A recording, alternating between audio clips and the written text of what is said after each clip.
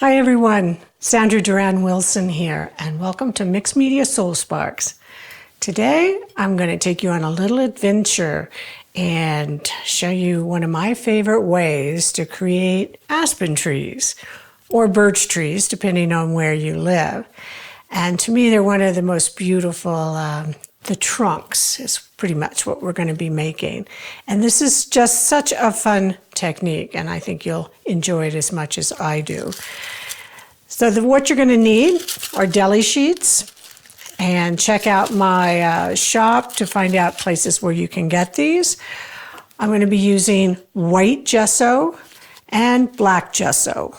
I've got two different brands, doesn't really matter. I would say use a quality brand gesso. I've had some weird experiences with kind of off-brand gessos. As an alternative, I will also show you how to use using Holbein matte acrylics. I've got a black or Tri-Art liquid mirror. And these make really dynamic trees as well. But we're going to start with the basic gesso technique. And all I'm going to do is put some gesso out on these deli sheets. I'm going to start with one, and I'm going to use the second page to flip on top of it. It's like an offset print. Let me get my knife. And I'm going to start with the white because the white is the majority color in the trunk. And you know the trees I'm talking about. They're white with the dark spots. I have some growing right outside my studio here. Same as birch trees, how they look. All right, so I'm just using my knife rather than a brush. And I'm going to add some black.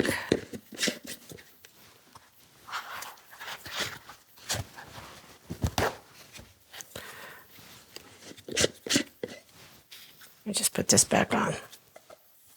It helps to get it open the next time.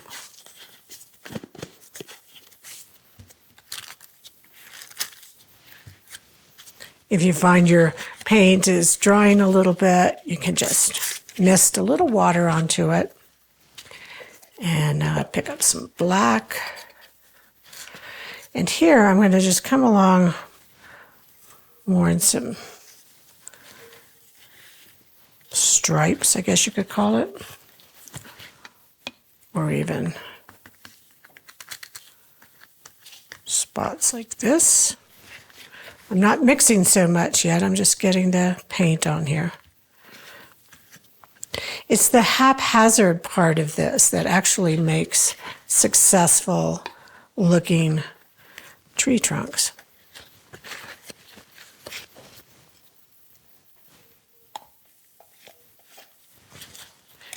Now I take this second sheet, and I'm working on top of a silicone sheet here, which helps protect the surface. And I'm just going to gently tap this on. Pick it up, start to move the paint around. And I recommend wearing gloves because this does get messy. I kind of offset it a little bit.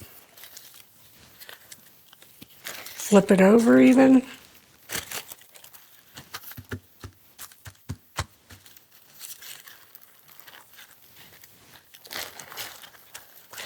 Just keep going until you've got some nice spots, would I say.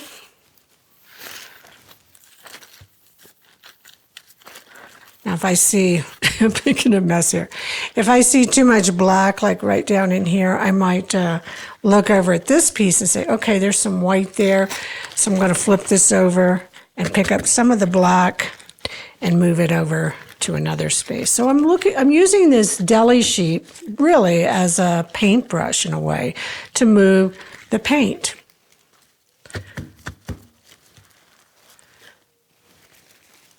Now, I'm going to stop at this point because I have some other ones that are already dry. You're going to have to let these dry before you can go to the next step. So let me just set these aside where I won't step on them. You see how messy this is? That's why I wear gloves. So let me just clean this off a bit. And I'll show you the pieces that are dry. So here are some that I did. Same process. Now they're dry, and I'm going to show you what I'm going to flip them over and apply to the back side. I'm just going to use the white gesso.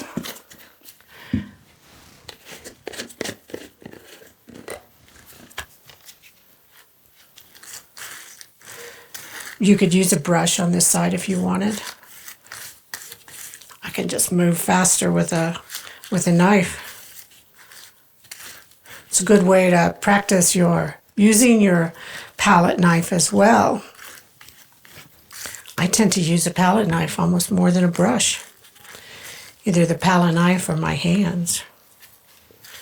So basically I'm just painting the whole backside white. And let me show you what it kind of looks like. I'm going to flip this over. So now I get more opacity rather than the transparency that I have where I haven't painted it yet. I can even do the same thing where I'm just transferring some of that paint to the back side. And then I could apply some more to really get a nice opaque layer. Again, I'm going to let these dry.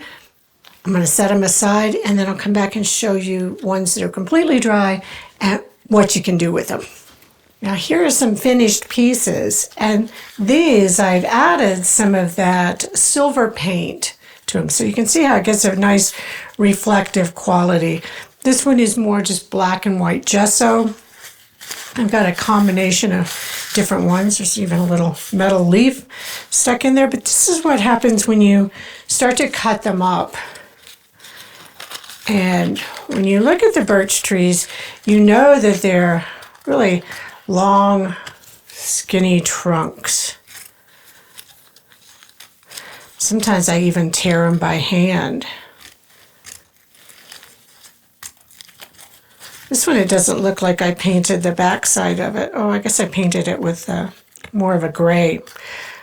So just try some different ones. The deli sheets are great to work with. Oh, it looks like I got white paint all over my painting. I made a little background painting to put my trees on, so it's okay. We'll put a tree in front of it. So I've created this background just using paints and some gels, and I've got another episode coming up that I'll show you how I did this. So this is the fun part of it. You just start to add your trees. You can make them go off into angles. You can layer them in front, some in back, and you really create depth and get just different widths of these. So if you want something to look like it's much farther away, you know, you can add these. Anytime you overlap objects, you're going to get depth. You can tear them, but I like the long, straight shape, cutting them.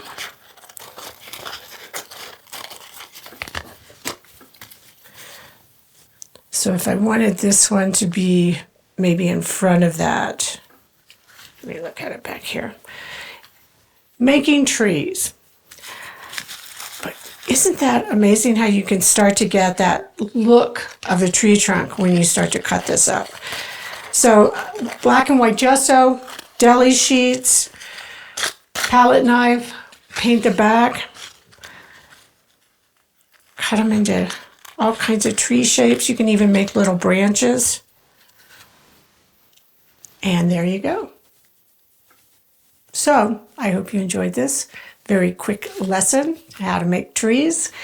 Check out my website for more information. If you want some more in-depth tutorials, You can get Mixed Media Soul Sparks packages for only $20 for 4 videos. So check out my website, and thank you for watching. See you next time.